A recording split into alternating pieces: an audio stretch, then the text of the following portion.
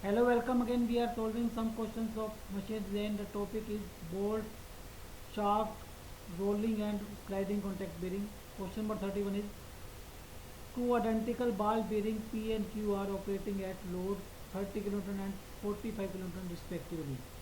The ratio of the life of the bearing P to the life of bearing Q is option A 81 by 16, option B 27 by 8, option C 9 by 4 and option D 3 by 2.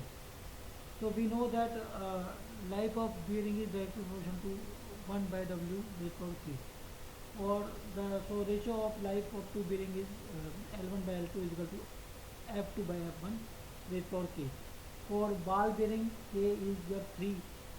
So in this case L1 is your LP and L2 is your LQ.